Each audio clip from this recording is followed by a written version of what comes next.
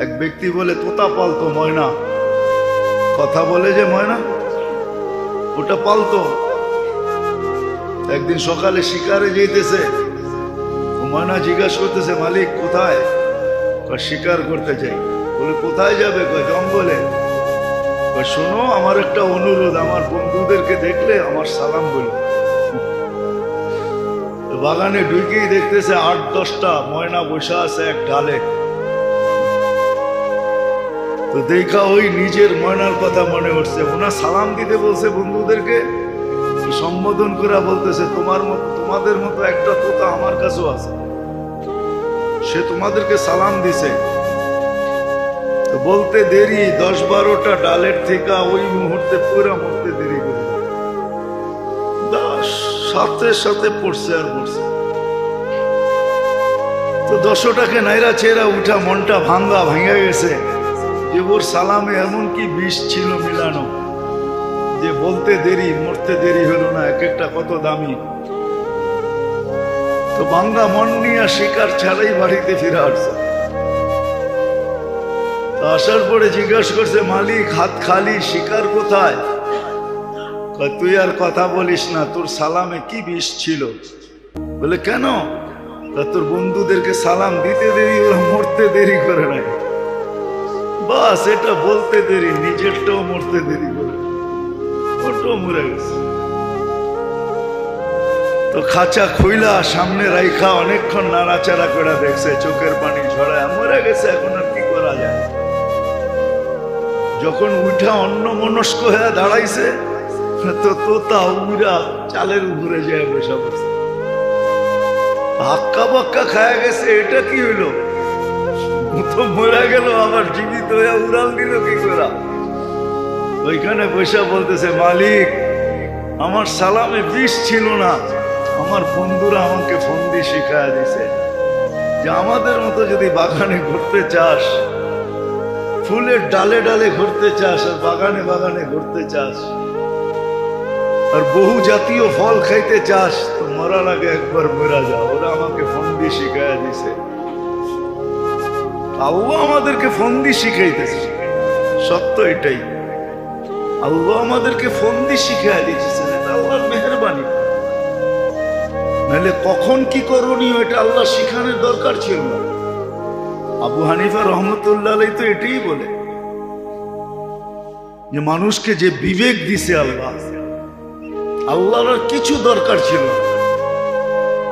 বিবেকের প্রতি হুকুম ডালা যথেষ্ট ছিল যে আমাকে এই বিবেকের মাধ্যমে তালাশ করে রাজি করা।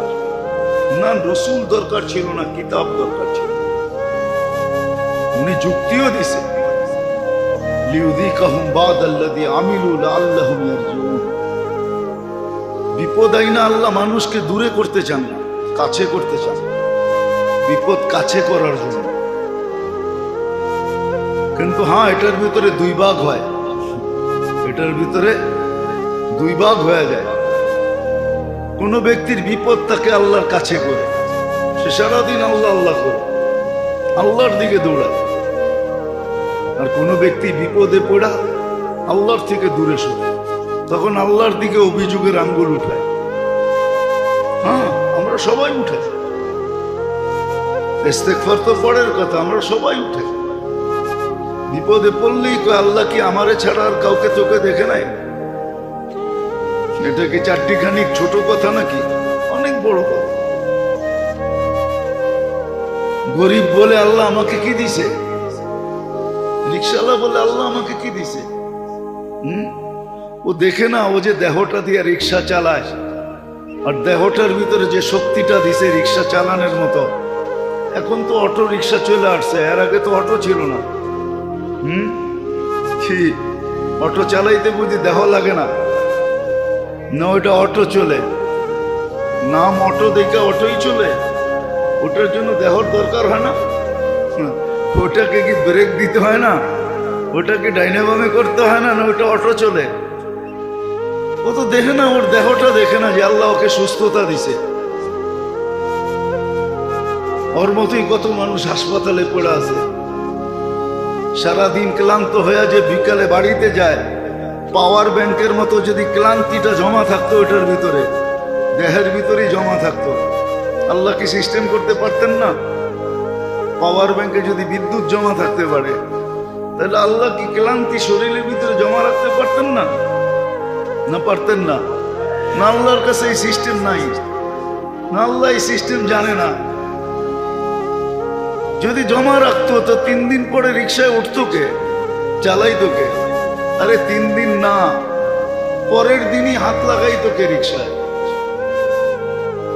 ও যে বাড়িতে যায়া সেমন তো কিছু খায় নাই, 2টা ডাল ভাতই তো খাইছে, ঠিক না?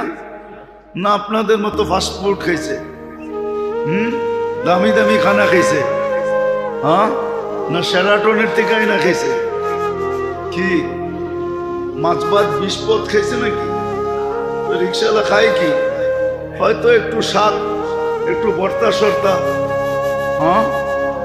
ওইদিকে যাইতে চাই না যে দাম বাড়ছে, ওর নাগালের বাহিরে চলে গেছে, ওটা ভিন্ন কথা।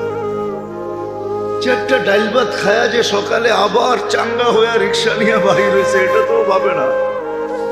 ও তো অভিযোগ করতেছে, আল্লাহ আমার কি দিছে, আল্লাহ কি দিছে। আবার সত্য তো এটাই,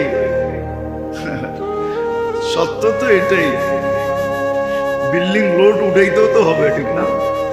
কি অনেক সময় থাকে না, লোড বেশি হয়ে গেলে চাক্কা বাস্ট হয়ে যায়, হয় না? হয় না? হ্যাঁ, ও যে বলে আল্লাহ আমাকে কি দিছে, ও দিলে আবার লোড উঠাইতে পারবো কিনা, এটাও তো একটা ব্যাপার আছে, ঠিক না? হ্যাঁ, কি মনে হয় বুঝাইতে পারি না। পরে যদি 100 কোটি টাকা দিয়া দেয় তো ও লোড উঠাইতে পারবে? ও তো টাকার বারে বেইমান হয়ে যাবে। কত মানুষই তো বেইমান হয়ে গেছে, টাকা ছিল না তো আল্লাহ আল্লাহ করছে, সম্পদ মিলতে দেরি, আল্লাহকে বলতে দেরি করে নাই। আপনি দেখেন, যখন বাচ্চা ছিল তো লুঙ্গি কোথায় ছিল এটার কোনো খবর ছিল না, ঠিক না? যুবক হইতে দেরি, বাপ আসতে দেরি করে না, এখন বাপ লয়া চলে।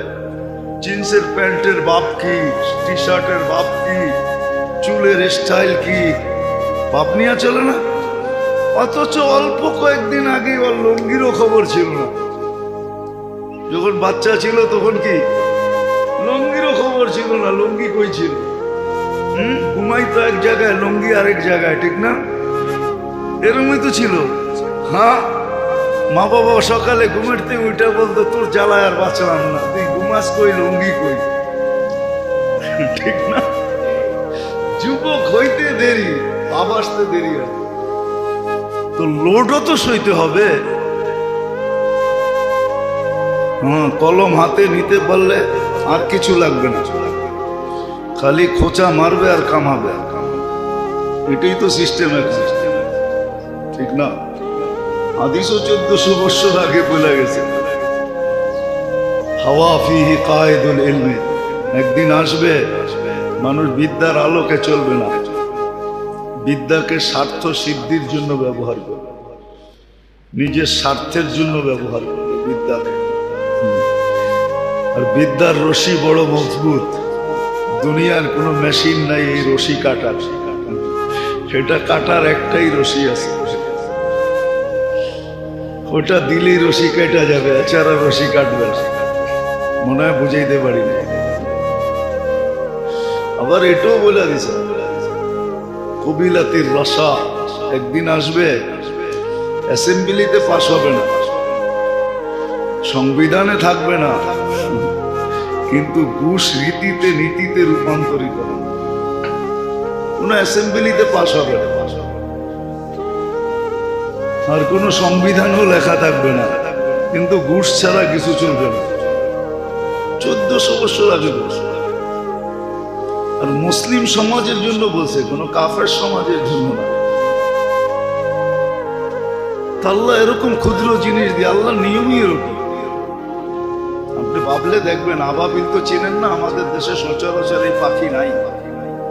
আমাদের দেশে ছোট থাকলে আছে চড়াই, ঠিক না? আবাবিল চড়াইয়ের চেয়েও ছোট, কিন্তু হাতি মারার জন্য আল্লাহ আবাবিলকে নির্বাচিত করছে। হাতি মারার জন্য আরেকটা হাতি মার্কা পাখি নির্বাচিত করে নেয়, উট পাখি নির্বাচিত করে নেয়। বিবেক বলে হাতি মারার জন্য উট পাখি দরকার ছিল, ঠিক না? কি মোটামুটি কাছাকাছি হইতো, ঠিক না? হ্যাঁ, কি লজিক তো এটাই বলে। সামনে যত বড় শক্তি, আমাকেও ওর চেয়ে বড় শক্তি নিয়ে দাঁড়াইতে হবে, ঠিক না? এটাই তো লজিক বলে। কিন্তু আল্লাহর লজিক ভিন্ন। মানুষের লজিক হইলো এটা, সামনে যত বড়, তুমি আর চেয়ে বড় হয়ে দাঁড়াও, তাইলে প্রতিরোধ করতে পারবে। কিন্তু আল্লাহর লজিক ভিন্ন।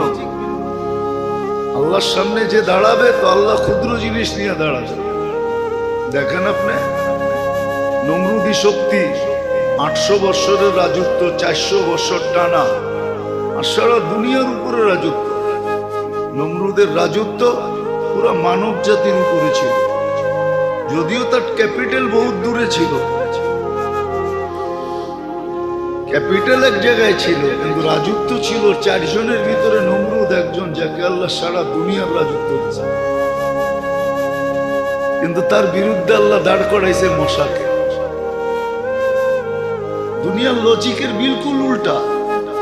দুনিয়ার লজিক বলে সামনেওয়ালা এক মুখা দিছে, তুমি 3টা মারো, তাইলে তুমি বোঝা যাবে পাওয়ার। কিন্তু আল্লাহর লজিক এরকম না, আল্লাহর লজিক বিলকুল উল্টা। মানুষ ভাবে না। আল্লাহ মশাকে নির্বাচিত করছে নমরুদি বাহিনীকে মারার জন্য, আর কিছু না, শুধু মশা। নমরুদের জন্য মশা। আবার ভালো মশা যদি হইতো, তাহলে মনটাকে বুঝাইতে পারতাম। তাও ল্যাংরা, পাও নাই। হাসার জন্য না, ভাবার জন্য। এটা এই জন্য দিছে, ভাবো, তাহলে তোমার বিবেকের পর্দা খুলবে। মুসলমান আজকে ভাবে না, এই জন্য বিবেকের পর্দা খোলে না। আমাদের বিবেকও প্যাক করা, ডিব্বায় ভরা, বক্সে ভরা আমাদের। তো আল্লাহ ল্যাংরা মশাকে নির্বাচিত করছে, হাতি মারার জন্য আবাবিল নির্বাচিত করছে। আল্লাহর সিস্টেমই এরকম। সারা দুনিয়ার মানুষকে বুঝানোর জন্য করোনার একটা ভাইরাসকে নির্বাচিত করছে। 800 কোটি মানুষকে বুঝানোর জন্য চোখে দেখা যায় না, মাইক্রোস্কোপ দিয়েও দেখা যায় না, ওটারে জুম করতে হয়, বড় করলে তারপরে দেখা যায়, এছাড়া দেখা যায় না। ওটাকে নির্বাচিত করছে। মানুষের ভিতরে যখন অহংকারের গ্যাস ভর্তি হয়, আল্লাহ বুঝানোর জন্য ব্যবস্থা করে। ক্ষুদ্র থেকে ক্ষুদ্র জিনিস দিয়ে আল্লাহ বোঝায়, আর জিরু করে বোঝায়। 2020 সারা দুনিয়া জিরু ছিল। করোনা যখন শুরু হয়, তখন সারা দুনিয়া জিরু। না জিরু ছিল, না হিরু ছিল। হ্যাঁ, জিরু ছিল। যারা সারাদিন ঘুরতো, বস্তিতে থাকতো, ওদের ভিতরে কোনো প্রভাবই পড়ে নাই। আর যারা দুনিয়ার সবচেয়ে সুরক্ষিত ছিল, এদের একের পর এক হইতেছিল। কি, কানাডার প্রধানমন্ত্রী 2 বার হয়েছে, ইংল্যান্ডের প্রধানমন্ত্রী হয়েছে, আরো এরকম কত প্রধানমন্ত্রী হয়েছে আমরা জানি না, মিডিয়া চর্চাই করে নাই। মিডিয়া জানায় নাই, আমরাও জানি নাই। সত্য তো এটাই। আল্লাহ বুঝে, আল্লাহ দিক নির্দেশনা যে কোন অবস্থায় তুমি কি করবে। আবার বললাম না, এটার উপরে আল্লাহ বিরাট বিরাট পুরস্কার রাখছে। দুনিয়ার মানুষের পুরস্কার কতটুকু দেয়, আছেই কি দিবেই কি। দুনিয়ার মানুষ তো এটাই, নিজের পেটেই ভরে না, আরেকজনকে কোত্থেকে দিবে? আরেকজনকে কোত্থেকে দিবে? আর দিলেও আপনার থেকে নিয়েই আপনাকে দিয়া দেখাইতেছে আমি খুব দিতেছি। পিছে তাকাইলে দেখবেন এটা আপনার জেবের থেকেই গেছে। যেটা উনি দিয়া শো করতেছে, ওটা যদি তাকান, খুঁজতে যান, তো দেখবেন যে আপনার জেবের থেকেই গেছে, আপনার জেবের থেকেই গেছে। ওইটাই আপনাকে রিপিট করতেছে, দুনিয়ার মানুষের তো এই অবস্থা, আল্লাহর এরকম না। আল্লাহ বড় বড় পুরস্কার রাখছে। এই জন্য দিক নির্দেশনা আমাদেরকে দেন, যেন আমরা বিপদ থেকে বেঁচে যাই। যাক, যেটা আমি বুঝাইতে চাইতেছি আল্লাহ করুক, বুঝে আসুক, শিখি আমরা যে কোন অবস্থায় আমাকে কি করতে হবে, কোন অবস্থায় আমাকে কোন দিকে যেতে হবে। আল্লাহর দিক নির্দেশনা কি, আল্লাহর রসুল কি বলছেন, দিক নির্দেশনা কি দিয়েছেন, কোরআন এটাই বোঝায়। ইদা আসাবাতহুম মুসিবাতুন ক্বালু ইন্না লিল্লাহ। মুসিবত আসতে দেরি, আল্লাহকে ডাকতে দেরি করো না। ইদা আসাবাতহুম মুসিবাতুন ক্বালু ইন্না। এটা শুধু মরার খবর শুনে না, এটা সর্বক্ষেত্রে, এটা একটা রুলস শিখাইতেছেন আল্লাহ, নিয়ম শিখাইতেছেন। তুমি কি করবে মুসিবত আসলে, করবে কি, মুসিবত আসলে করবে কি? তখন আল্লাহ বলে চিৎকার দাও, আল্লাহর দিকে দৌড়াও। আল্লাহর চেয়ে বড় নিরাপদ আশ্রয় কোথাও নাই। আল্লাহ সবচেয়ে বড় নিরাপদ আশ্রয়, আল্লাহর চেয়ে বড় নিরাপদ আশ্রয় কোথাও নেই। এটাই সত্য। যদিও বিবেক বুঝবে না, বুদ্ধি বুঝবে না, বিদ্যা বুঝবে না, কেননা এখন তো পুরাটাই আমাদের জীবন উল্টা গঙ্গা। গঙ্গা এখন উল্টা বাইতেছে, সিধা না, সব উল্টা। পুরা বিবেক বুদ্ধি বিদ্যা সবকিছু উল্টা ছাপ। এই জন্য বুঝাবে না, বিবেক বুঝাবে না, বুদ্ধি বুঝাবে না, বিদ্যা আমাদেরকে বুঝাবে না। কিন্তু মুসলমান হিসাবে সত্য এটাই, মুসিবত আসলে আল্লাহ বলে চিৎকার দাও, আল্লাহ বলে চিৎকার দাও, আল্লাহর দিকে দৌড় দাও। ফিরু ইলাল্লাহ, আল্লাহর দিকে ভাবো। ওয়াইদা আসাবাতহুম মুসিবাতুন ক্বালু ইন্না লিল্লাহি ওয়া ইন্না ইলাইহি রাজিউন। একটা কথা আছে না, কালকে যাওয়ার চেয়ে আজকে যাওয়াই ভালো। কালকে যাওয়ার চেয়ে, মাঝে মাঝে বলে না, আরে কালকে যখন যেতে হবে আজকেই যাইগা, আজকেই। হ্যাঁ, কোরআনও আমাকে এটাই বুঝিয়েছে, কালকে কিন্তু তোমাকে আল্লাহর কাছে যেতে হবে, বিদে আজকেই যাও, আজকেই আল্লাহর কাছে হও। কোরআন এটাই বুঝিয়েছে যে কালকে কিন্তু তোমাকে বাধ্য হয়ে আল্লাহর কাছে যেতে হবে। বাধ্য হয়ে যাওয়ার চেয়ে সদ ইচ্ছা আল্লাহর কাছে যাও, আল্লাহর কাছে যাও। মনীষীরা বড় সুন্দরভাবে বুঝাইছে, ইবনুল কাইয়ুম জাওজি রহমতুল্লাহ আলাইহি বুঝাইছেন, ওনার কিতাবে আছে। যদিও কাহিনী, কিন্তু শিক্ষামূলক কাহিনী। যা হোক, যেটা বুঝাইতে চেয়েছি, সুরক্ষিত করো, লালন পালনও করো, আবার 24 ঘন্টার দিক নির্দেশনাও দেয় যে কখন কি করবেন। এই দিক নির্দেশনাও আছে, আল্লাহ মানুষকে দিক নির্দেশনা দিয়েছে। খুশি হইলে কি করবে, মিললে কি করবে, না মিললে কি করবে, খুশি হইলে কি করবে, দুঃখ হইলে কি করবে, সুস্থ হইলে কি করবে, অসুস্থ হইলে কি করবে, সর্বক্ষেত্রের দিক নির্দেশনা আছে। আবার প্রত্যেক দিক নির্দেশনার উপরে ওয়াদা আছে, বড় বড় পুরস্কারের ওয়াদা আছে, ছোট ছোট না। মানুষ তো ছোট ছোট দেয়, এটা পাওয়ার জন্য, এটা পাওয়ার জন্যই তো কতজন পাগল হয়ে যায়, ধর্ম কর্ম সব ছেড়া দেয় এই ছোট ছোট পাওয়ার জন্য। কিন্তু আল্লাহ বড় বড় পুরস্কার রাখছে। পাওয়ার উপরে কেউ শুকরিয়া আদায় করে আলহামদুলিল্লাহ বললো, আলহামদুলিল্লাহর সওয়াব দেখেন কত বড়। দেখেন,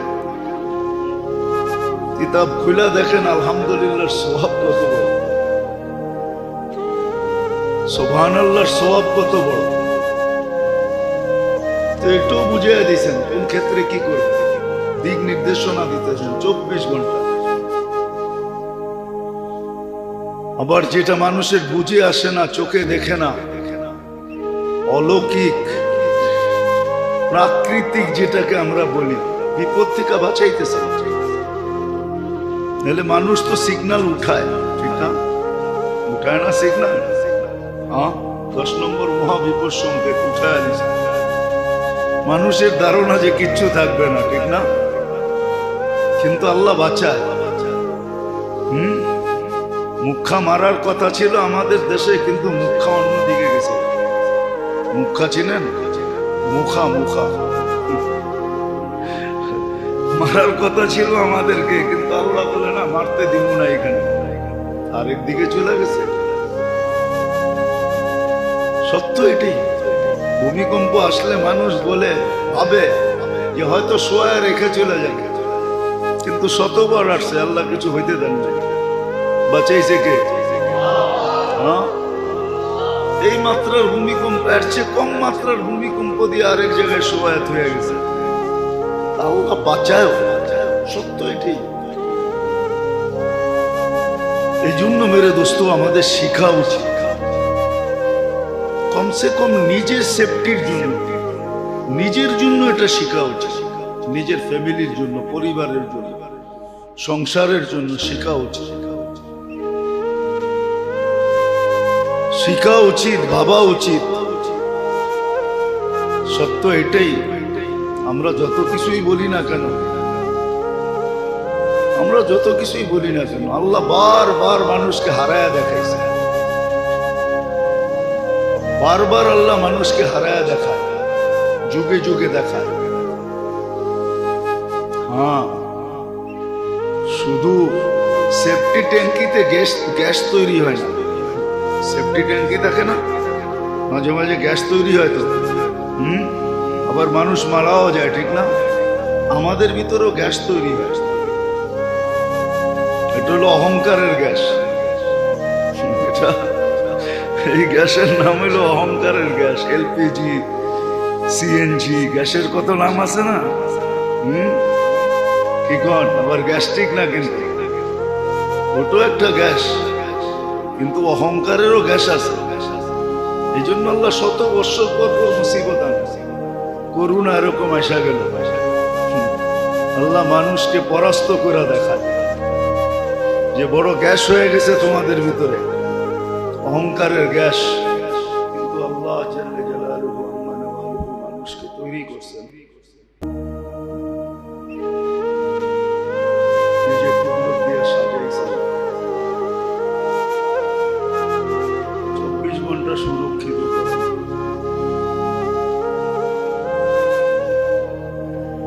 যেটাকে আরেক শব্দে বলা চলে, 24 ঘন্টা কুদরতের চোখে চোখে রাখে।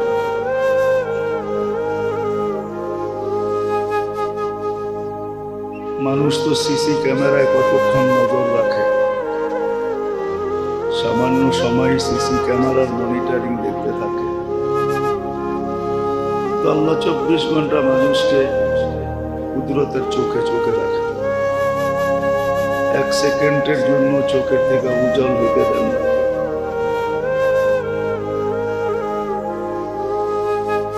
অস্তিত্ব দিলেন, সাজাইলেন, সুরক্ষিত করলেন, চোখে চোখেও রাখেন, আবার লালন পালনও করেন। এগুলো সবই ফ্রি সার্ভিসের অন্তর্গত। ফ্রি সার্ভিস দিয়ে যেতেছে। আবার সর্বক্ষেত্রে মানুষকে দিক নির্দেশনাও দিতেছে, কোন অবস্থায় মানুষ কি করবে, খুশি হইলে কি করবে, দুঃখ হইলে কি করবে, সুস্থ হইলে কি করবে, অসুস্থ হইলে কি করবে। আসলে বাবার পরিধিটা অনেক লম্বা ছিল, কিন্তু ভাববে কে? সারাদিন তো আর নামাজ পড়তে হয় না, আর আল্লাহ আল্লাহ জপতেও হয় না। যদি চিন্তার পরিধিটা বড় করতো, তাইলেও জিন্দগির ইবাদতের জন্য মুহূর্তে মুহূর্তে যথেষ্ট ছিল। প্রত্যেকটা মুহূর্ত জিন্দগির ইবাদতের জন্য যথেষ্ট ছিল। আর হাদিসে এটাই পাওয়া যায়, লা তাফাক্কুরু সাআত খায়রুম মিন ইবাদাতি সিত্তিনা ওয়া সাবঈনা সানা। সামান্য মুহূর্তের চিন্তা 60-70 বছর টানা কন্টিনিউ বন্দেগীর চেয়েও উত্তম। তাও কবুল। বন্দেগী করার পরে তো একটা সন্দেহ থাকে, কবুল হলো কি হলো না। এটা কিন্তু কবুল, কবুল লেখা হয়, কিন্তু আসলে চিন্তার পরিধিটা কেউ তো বড় করতে চায় না, ভাবতেই চায় না। সারাদিন 9-6 নিয়ে ভাবতে ভাবতেই দিন শেষ হয়ে যায়। আবার রাত শুরু হয় তো রাতও 9-6 নিয়ে শেষ হয়ে যায়। 9-6 বলতে দুনিয়া বুঝেই না, দুনিয়া নিয়েই সারাদিন ভাবি।